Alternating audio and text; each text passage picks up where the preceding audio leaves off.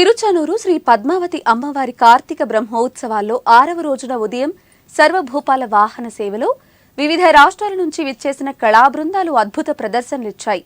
TTD Hindu ధార్మిక ప్రాజెక్టుల ఆధ్వర్యంలో 12 కళా బృందాలలోని కళాకారులు సంగీత నృత్య ప్రదర్శనలతో భక్తులను పరవశింపజేశారు.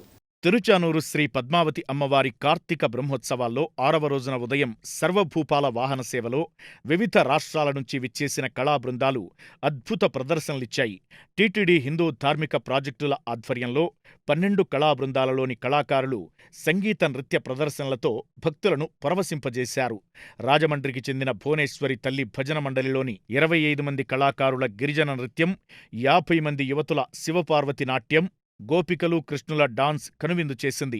తెలంగాణ రాష్ట్రం హైదరాబాద్లోని పెరిందేవి నాట్యాలయంకు చెందిన 20 మంది యువతుల బృందం, తిరుపతి ఎస్వి సంగీత నృత్య కళాశాలకు చెందిన 22 మంది చిన్నారుల బృందం అన్నమయ్య సంకీర్తనలకు కూచిపూడి నృత్య ప్రదర్శన నయనానందకరంగా సాగింది.